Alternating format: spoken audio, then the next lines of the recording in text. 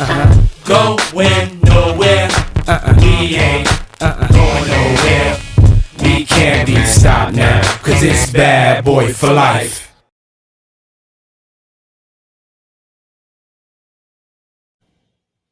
Yo, what's poppin' HFL community? It's your boy Shift X-Team5 here, back again with another video. Hope you guys are doing well today. You know what I'm saying? I hope everybody's doing good during this COVID thing going on, everything. Hope your family's well. If not, I pray for a full recovery for you guys. You know what I'm saying? For real, it's been a tough 2 years for sure. And I'm just glad that you guys are first able to view this video. And then secondly, I'm just glad that you guys are supporting the HFL as well. We got a lot of big things coming in the future, including esports LAN tournaments and stuff like that coming in the future for you guys to attend as well. And we got some other stuff in the bag as well that we always keep. So just keep looking, man, and keep, supporting us, and we support you guys as well. This is our 5th podcast. We haven't had a podcast in a minute, and we haven't had a podcast since season 7. Gosh dang, that's been almost basically a year right now. We apologize for that. But we're back now. This gameplay right here, this is the championship game from season 9. We're on season 9 right now. We just finished season 9 maybe about 2 or 3 months ago. And we are just recapping right now. That's what this podcast is all about. So all about recapping and getting you guys in the loop of what has been going on in the league. Really, particularly what has gone on since season 9 of each team. We're going to recap on each team and how they did throughout the season and what they can maybe improve on for the next season. So this is the championship game. This is the white team is the Shadows. The bluish whitish team is the Shadows, and the orange team is the Vipers. The Vipers were the number 1 team, and the Shadows were the number 2 team coming to this game. Okay, so this is really heated game, really competitive game. If there's anything about the HFL, it is that the championship game is always the most competitive game out of all the games. Doesn't matter how competitive a regular season game was or a playoff game was, the championship game is always the most competitive because it's the 2 most competitive teams playing each other. Okay, so this gameplay also made history as well because this was the first season that a number 2 seeded team beat a number 1 seeded team. We have never seen that in the HFL ever, and the HFL has been going on for 9 years now. So we have never seen a number 2 seeded team beat a number 1 seeded team. They've come close. Number 2 seeded teams have come close to beat number 1 seeded teams, but it has never happened. In this game play, it happened. You know what I'm saying? The Shadows ended up upsetting the Vipers and taking home the HFL Bowl Championship trophy, as you would say.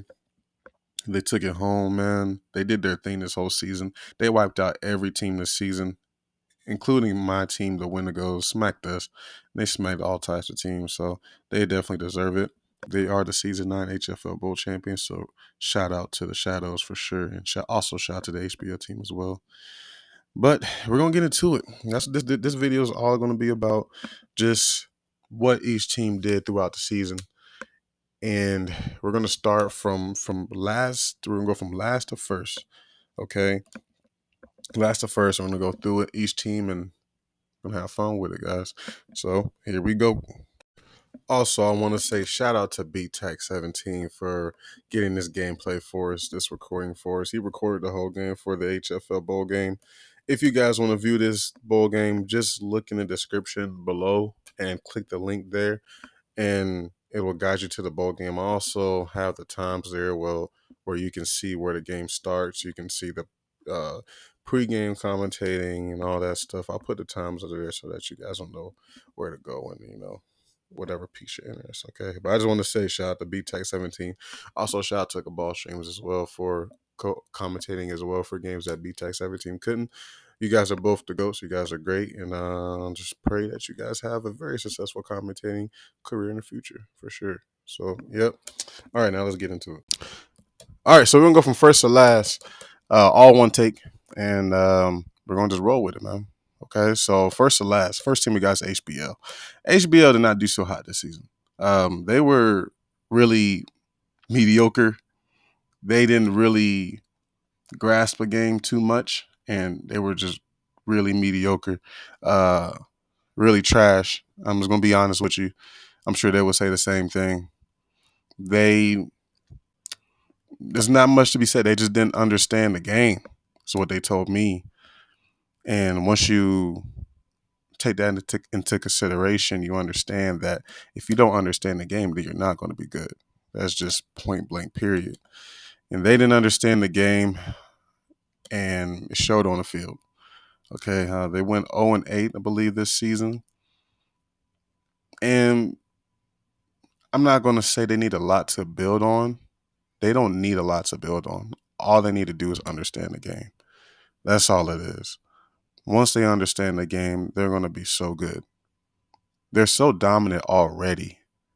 It's just the fact that they have a miscommunication with the quarterback and the wide receiver with passing. With catching. Passing is okay. Their quarterback is pretty good.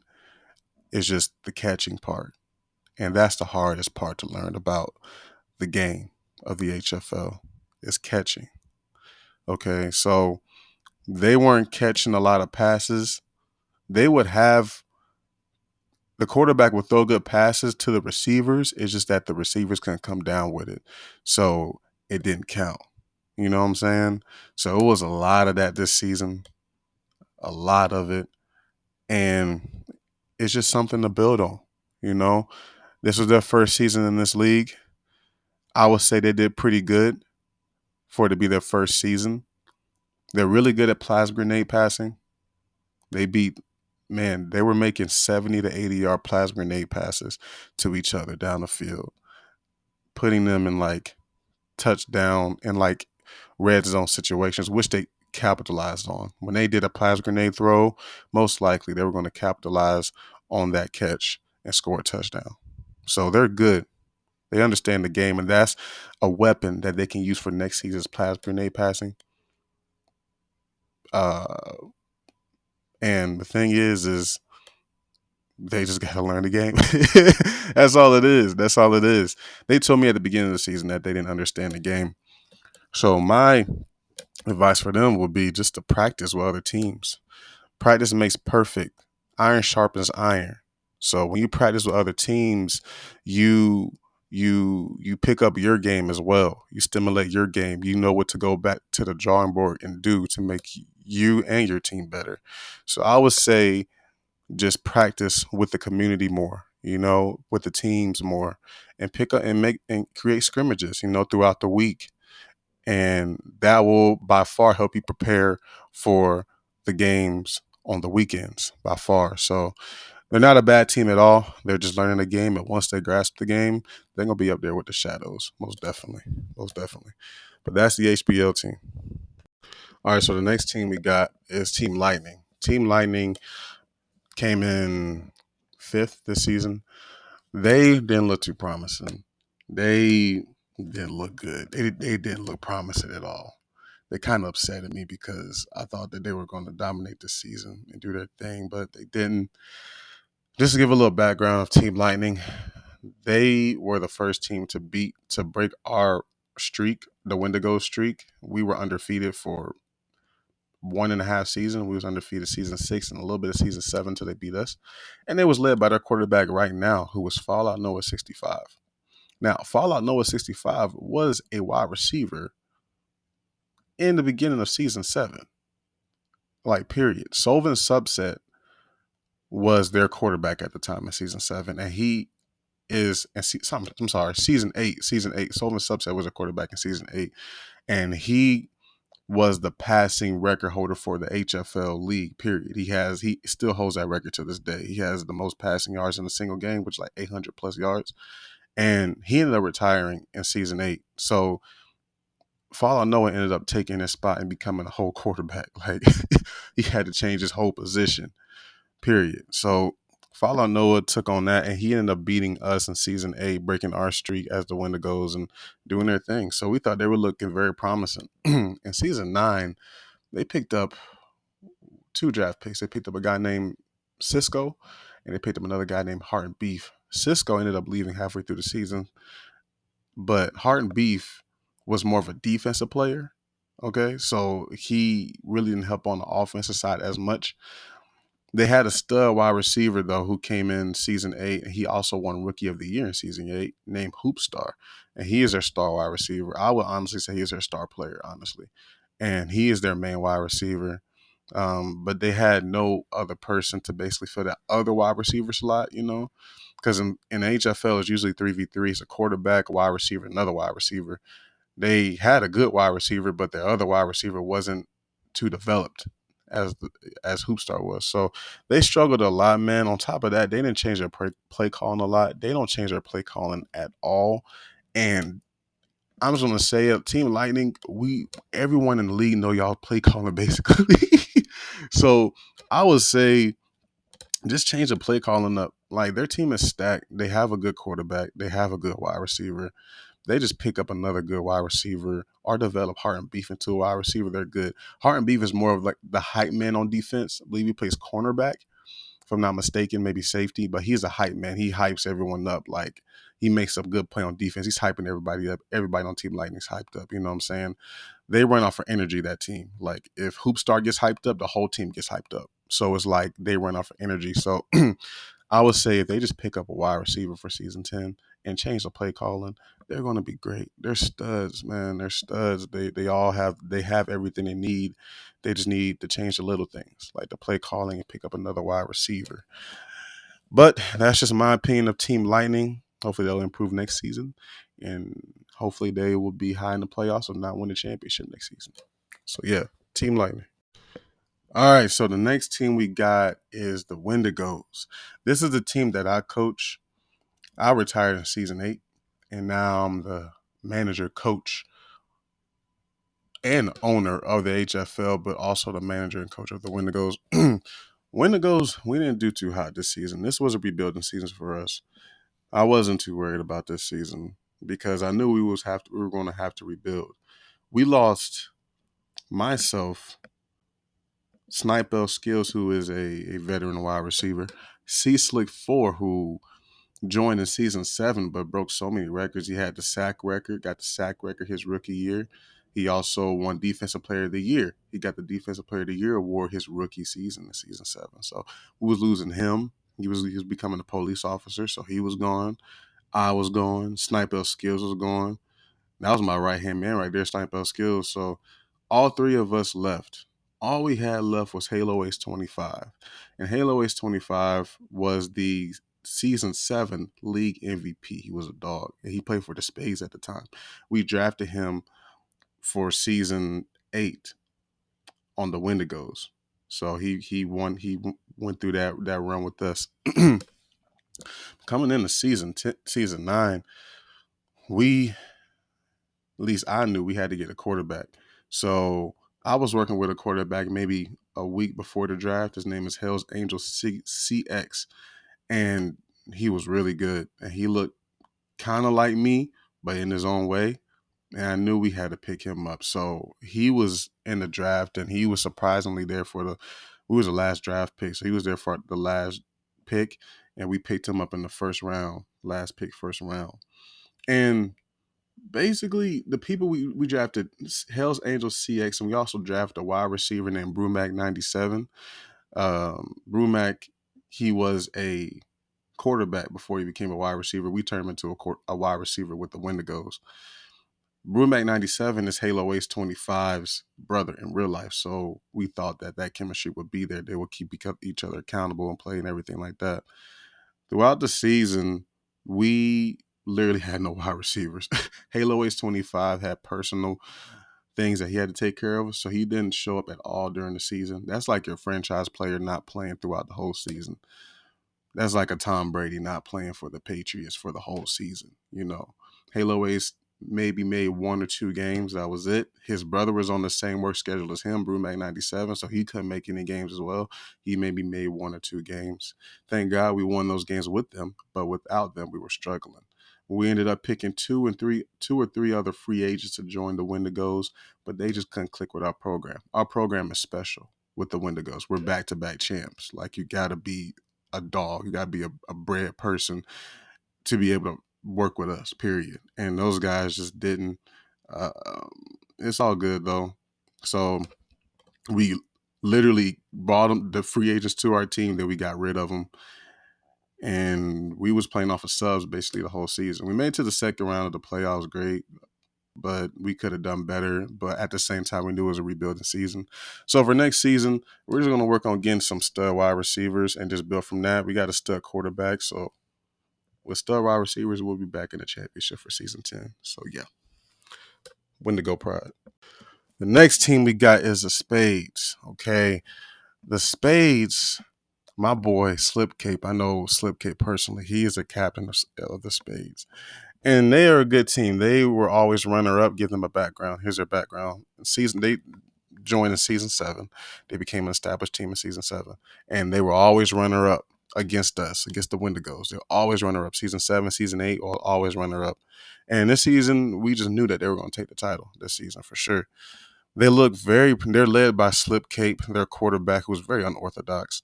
They have their wide receiver slash running back, who has the rushing record holder of 385 yards rushing. He said that in season 4, I believe. He's definitely a veteran, hype militia. He's definitely a veteran. He's been playing since season 3. No retirement, no nothing. He's been playing straight through.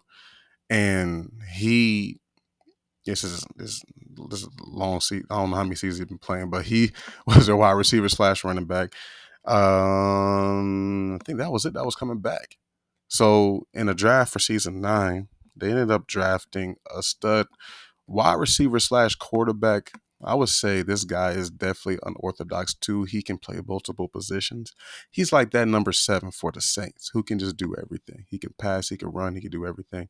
His name is Skolin75, and he fits the system perfectly. That's one thing about drafting players, that they have to fit the system perfectly for them to flourish. If they don't fit the system, you will see them get in arguments with their own teammates. You will see them just not playing to their full potential. You feel me? So the Space picked up Skolin75, and he fit the Space perfectly. He fit their whole vibe. He fit their energy and everything. It was perfect. So halfway through the season, they was undefeated. They was undefeated all the way until they came against the Shadows. And around this time, Shadows, this was their maybe second game being developed. They joined halfway through season 9. So the Shadows ended up beating them, and that was a very close game. Came down to the wire. They ended up losing to the Shadows by like 2 points, I believe. Leading up to that, I believe there was ranked number 1 or number 2 in the league at that time. They lost to them, man, and they lost all their cool. Like, they lost everything. Like, they lost their swag. Really. Slipcape really kind of stopped playing after that. He ended up having a guy come back named Chapter 3, who retired in season 7, came back in season 9 to play quarterback for him. It just didn't work out. Then they had Skolin75 playing quarterback for them. He did pretty good as well. Still didn't work out. It wasn't a Slipcape.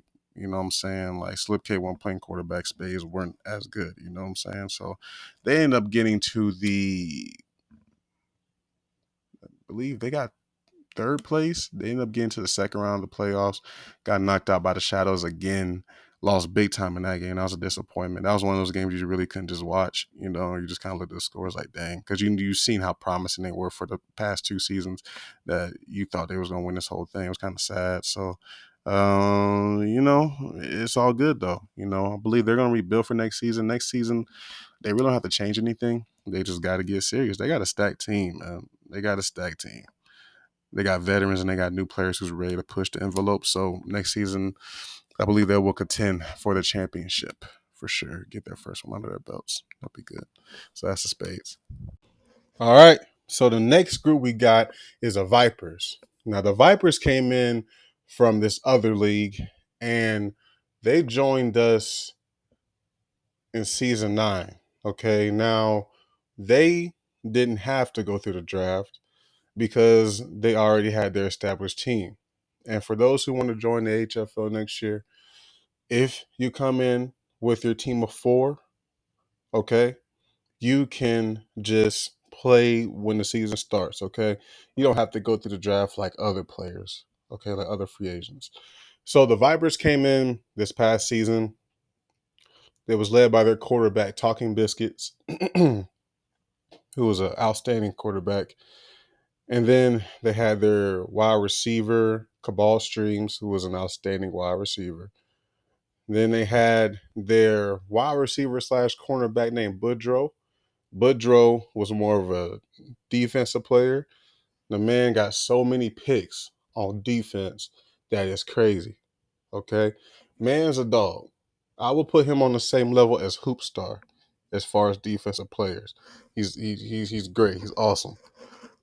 And then they had Hostess Donuts, who was like a wide receiver. Basically, he was their wide receiver. He really just balanced out the team. He fit in spaces where the team needed help in. He was more of that filler with Hostess Donuts. And then they had Jake H, 107. Jake H was a wide receiver, really an all around player in my book. He was a dog as well. So these guys came in and they were here to dominate. Okay. They went the whole regular season and the playoffs undefeated, period. Okay. So we as a league knew that they were about to win a championship for sure. But we had the Shadows. They had the Shadows to get past, which everyone lost to the Shadows. The Vipers beat the Shadows in the regular season, which was great. Okay, by a touchdown. So we knew it was going to be a dogfight in the championship game. Okay. Sadly, the Vipers lost the game. All right. It blew us away. They lost by like 3 touchdowns, if that. And it was just embarrassing. It was embarrassing for real, for real, for real. To us and to them too. We all knew it because they came in as a number one seeded team and they lost to the number seeded 2 team. And that's never happened in HFL history ever. A number one seeded team never lost to a number 2 seeded team in the championship game in the HFL. Okay, for 9 years. So it shocked us. I know it shocked them a lot. And it's really just something to build on. You know what I'm saying? They have a stacked team. I believe they got into their head. Is what my synopsis is that they got into their head too much.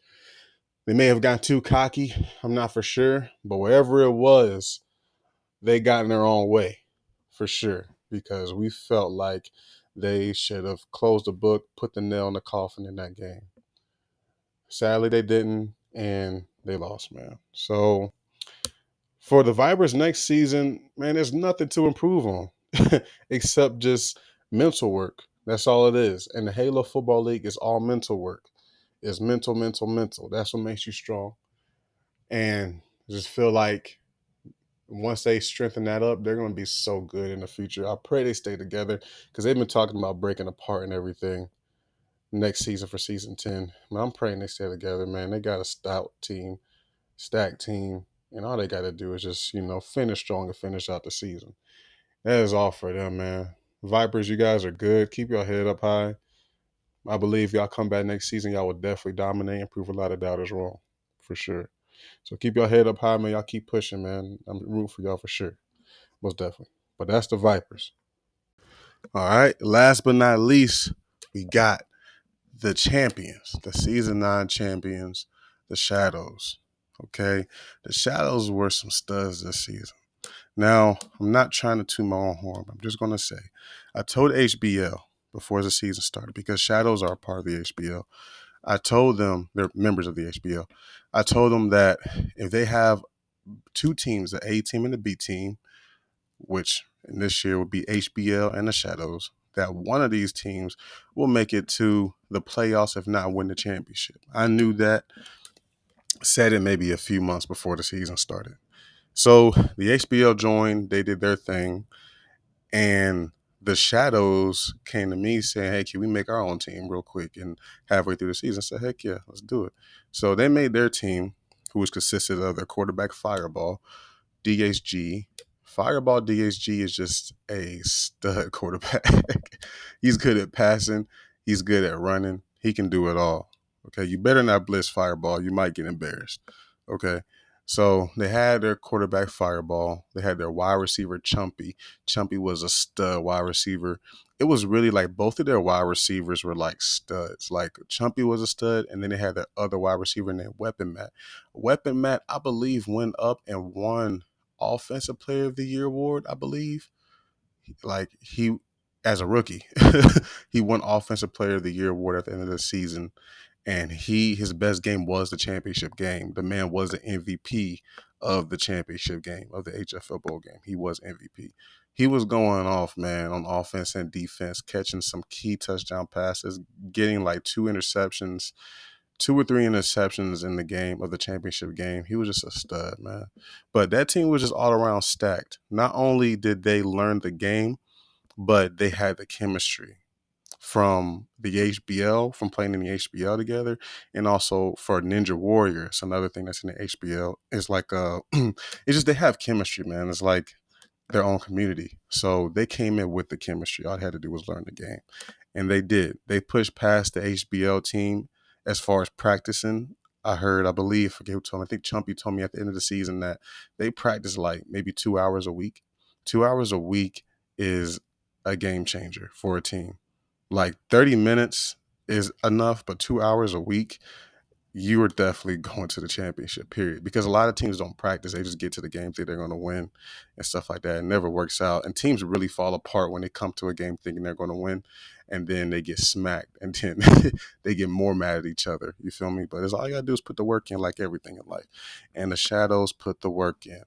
And they grinded, man, and they was making some phenomenal plays on offense and defense. They were just top tier, man. Like, I cannot have no other words for them. I say if the Windigos, like the prime Windigos in season 7, season 8, if we played the Shadows, that would have been a stud game for the championship for sure. Not sure who would have won. I just know it would have been a close game the whole time. Uh, Most definitely. So the Shadows, they are stacked. My opinion of them, what I would say they do is nothing. They're already stacked. They don't need nothing to improve on. They just got to keep improving. The more work you put in, so say if they work more in this off season and practice this off season, they'll just be that more stacked next season. They'll be 2 times better next season. So we can't wait to see what they do for season 10. They are the defending champs for season 9. They also made history. They were the first team to be second place and to be the first place team. You feel me? Because the Vipers came in first place seeded, and Shadows was second place, and the Shadows upset the Vipers. It's the first time that has ever happened in HFL bowl game history for 9 years. It's never happened before. Usually the first seeded team wins the whole thing. This time the second seeded team, the Shadows, ended up beating the first seeded team by like 3 touchdowns. So it was proven, you feel me? So had a great season. I had to really brag about them because they are the champions. But man, what a great season they had coming halfway through and doing their thing. They literally beat every team in the HFL for season 9. Every team, even the Windigos, they smacked us too. So kudos to the Shadows. We can't wait to what they do next season. If they come back next season, can't wait to see what they do, man. Congratulations, Shadows. All right, guys, that's it. That's it. The podcast. Thank you guys for listening. Thank you guys for watching. This was awesome.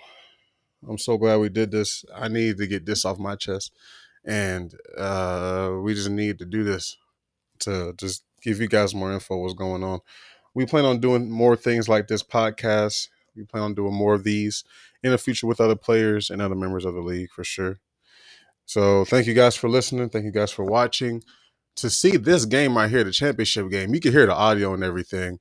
Go on our channel. Actually, just looking the description below. I'll put the link, and I'll put the times in the channel. I mean, in the description, so you guys will know where to go to see like the pre-game talk, the real game, and the post-game talk. Okay, so you guys check it out, man. If you want to join the HFL next season, please just send us a message. Send a message in the link or in the comment box below, or just send a message on any comment box on any of our videos saying that you're interested in joining, and we will message you. You can also follow us on Twitter at Halo Football. You can also follow us on TikTok at Halo Football League 8. Okay? Check us out. Give us a follow. Follow our content. We're going to go big very soon in the near future. So we really want you guys' support. So you guys can always say, hey, we was watching them before they even blew up. We are real fans right here. And we respect you guys for it. But I pray you guys have a great week, great day, great night, however it is. And keep God first. You guys have a great one. Peace.